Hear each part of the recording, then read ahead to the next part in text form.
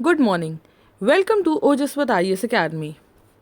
We are discussing MCQs based on daily current affairs. These are the 10 topics which we will cover today. As I always say that these are MCQs, so try and answer the maximum whatever you can do, but at least 7 out of 10. So, let's turn to question number 1, which is NCC, which is National Cadet Corps, and the correct option here is D. That means none of these statement is correct. So, national cadet corps जो कि बना था 1948 में और ये world की largest voluntary uniformed youth organisation है जिसको हेड करते हैं डायरेक्टर जनरल जिनके कम से कम 3 स्टार मिलिट्री रैंक होनी चाहिए और ये किसके परव्यू के अंदर आता है? ये मिनिस्ट्री ऑफ डिफेंस के अंडर आता है। इसमें कौन लोग आते हैं? इसमें वो लोग आते हैं, वो कैडेट के लोग आते हैं जो कि हाई स्कूल या कॉलेज लेवल में जिन्होंने बेसिक मिलिट्री ट्रेनिंग ली हो डिफरेंट लेवल्स पे। ठीक है, एनसीसी का डुअल फंडिंग मॉडल है जहां पे दोनों ही सेंटर और स्टेट या union territories budgetary support provide करती है। हम इसके बारे में क्यों बात कर रहे हैं? क्योंकि रिसेंटली हमारे प्राइम मिनिस्टर जी ने ये अनाउंस किया है कि हम एनसीसी को एक्सपैंड करेंगे बॉर्डर और कोस्टल एरियाज में। 1 लाख कैडेट को ट्रेन करेंगे from 173 coastal and border district, a third of which will be girl, मतलब 1/3 जिसकी गर्ल्स होंगी। ऑल राइट, ये बहुत ही अच्छी न्यूज़ है हमारे लिए। Now let's turn to question number 2, which is in reference to Fit India Youth Club. अब आपको नाम से ही पता चल रहा होगा, but the correct option here is B, which is it aims to create mass awareness about importance of fitness. So अब हम देखते हैं कि exactly Fit India Youth Club है क्या। Fit India Youth Club हमारे Ministry of Youth Affairs and Sports ने launch किया था on 15th August 2020। Fit India youth club जो है हमारा वो नेशन वाइड इनिशिएटिव है। किस लिए? इम्पॉर्टेंस ऑफ फिटनेस को अवेयर करने के लिए, लोगों को बताने के लिए कि फिटनेस कितना इंपॉर्टेंट है अक्रॉस द कंट्री, पूरे इंडिया में। Around 75 lakh volunteers of Nehru युवा केंद्र संगठन और नेशनल सर्विस स्कीम के लोग इसमें हैं, along with scouts and guidance.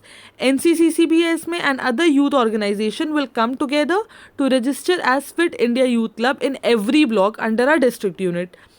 Her member, जो भी क्लब का मेंबर होगा, वो लोगों को मोटिवेट करेगा अपनी कम्युनिटी के कि वो फिटनेस एक्टिविटीज़ करें एटलीस्ट 30 से 60 मिनट्स तक, आधे घंटे से लेके 1 घंटे तक अपने डेली रूटीन में इसको इन्वॉल्व करें।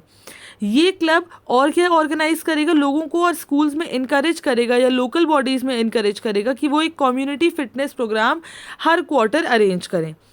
तो basically fit India youth club का काम क्या है? आपका अवेयरनेस बढ़ाना, लोगों को बताना कि कितना फिटनेस इम्पॉर्टेंट है। अलग अलग स्कूल्स, कॉलेजेस और कम्युनिटीज़ में जो लोकल बॉडीज़ हैं वहाँ पे हर क्वार्टर एक कम्युनिटी फिटनेस प्रोग्राम अरेंज करवाना और हर इंडिविजुअल को, हर मेंबर का काम ये रहेगा कि वो लोगों को मोटिवेट करेगा कि वो एटलीस्ट अपने दिनचर्या में आधे घंटे से लेकर 1 घंटे तक की एक्टिविटीज़ इन्वॉल्व कर लें फिट रहने के लिए। Now let's turn to our next question, which is question number 3, which is in reference to Indian Independence Act 1947 and the correct option here is again D, which means both the statement given are wrong. We will see what the right statements are. So अभी India ने recently 74th independence day मनाया है 15 अगस्त 2020 में, और British parliament had given Lord Mountbatten a mandate to transfer power to India by June 30, 1948. अब Mountbatten ने क्या किया? Mountbatten advance the date to August 1947, जून की जगह उन्होंने अगस्त कर दिया, to abstain any right in the country, ताकि कोई दंगे ना हो कंट्री में। He determined the date 15th August as it was the second anniversary of Japan's surrender during World War II, इसलिए 15 अगस्त डेट चूज की गई। On 15 August 1947, as per the Indian Independence Act, दोनों ही India and Pakistan got independence on the same date. Pakistan को 14 अगस्त मिला, which is 14th August as its independence day since 1948, either because ceremony for transfer of power in Karachi was held on August 14, 1947, or because August 14, 1947 was 27th of Ramadan, which is sacred to Muslims as well. All right, so this was our question regarding Indian Independence Act 1947. Now let's turn to our next question, which is in reference to Swasthya Portal, and the correct option here is option C. Swasthya Portal has been launched by Ministry of Tribal Affairs. We have been recently studying a lot about tribal affairs, Ministry of Tribal Affairs, so make sure you are all aware about it. All right. So, Ministry of Tribal Affairs has launched the Swasthya Tribal Health and Nutrition Portal on 17th August 2020. अब ये हमारा Swasthya tribal health and nutrition portal क्या है? ये one stop solution है presenting all information pertaining to tribal health and nutrition related to scheduled tribe people. ठीक है, ये वन स्टॉप सोल्यूशन है जो कि ट्राइबल जो कि लोगों की जो ट्राइबल लोग हैं उनके हेल्थ के बारे में और जो शेड्यूल ट्राइब के लोग हैं उनके न्यूट्रिशन हेल्थ के बारे में ध्यान देगा. इसका एक डैशबोर्ड होगा जिसमें knowledge repository, partner segment and sickle cell disease support corner होगा. ये तीनों चीज़ें उसमें होंगी. ये किसने डेवलप किया है? It has been developed in collaboration by the ministry with Piramal Swasthya. ठीक है, ओके.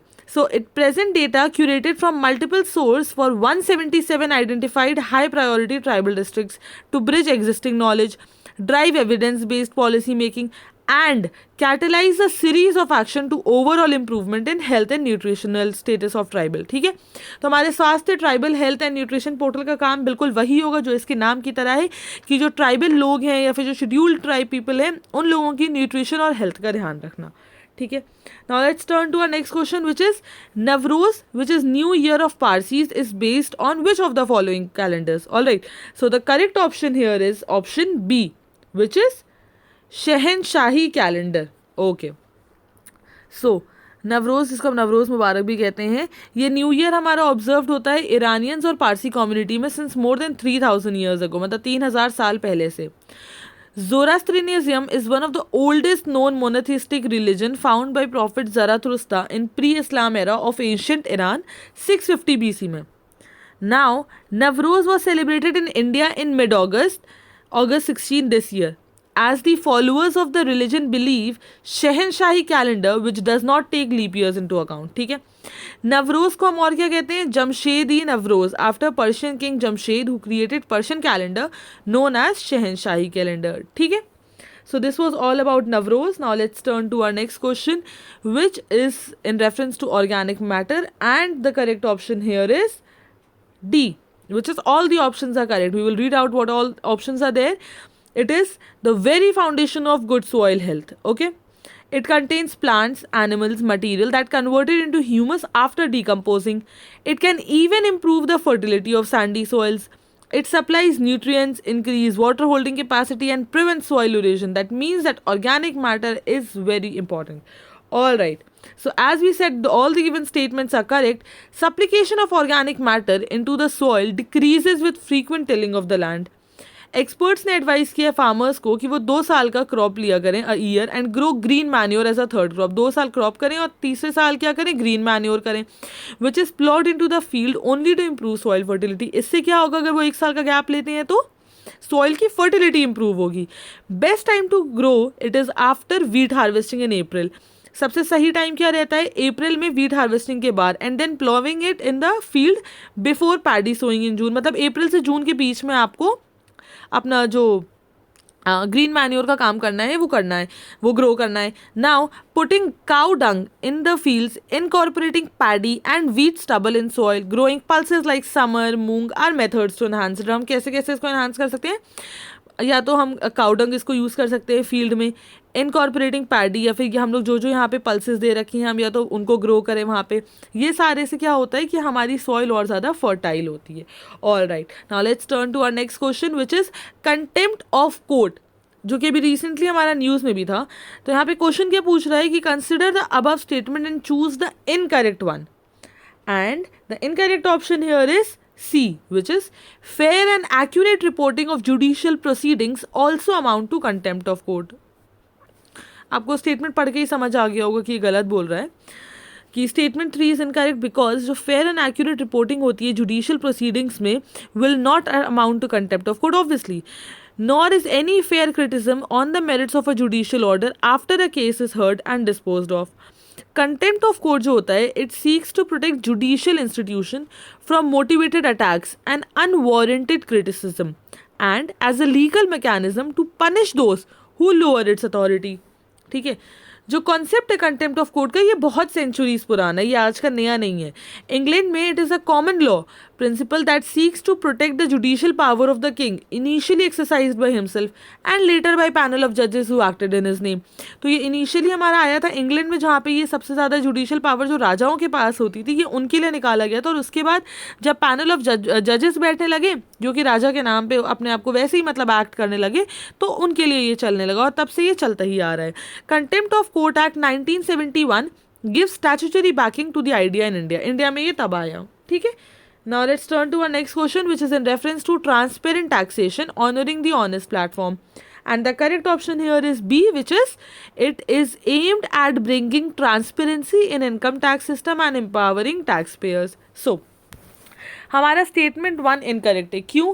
क्योंकि स्टेटमेंट 1 कहता है हमारा कि जो मेन फीचर है इस प्लेटफॉर्म का वो है face to face assessment, face to face appeal and tax payer charter.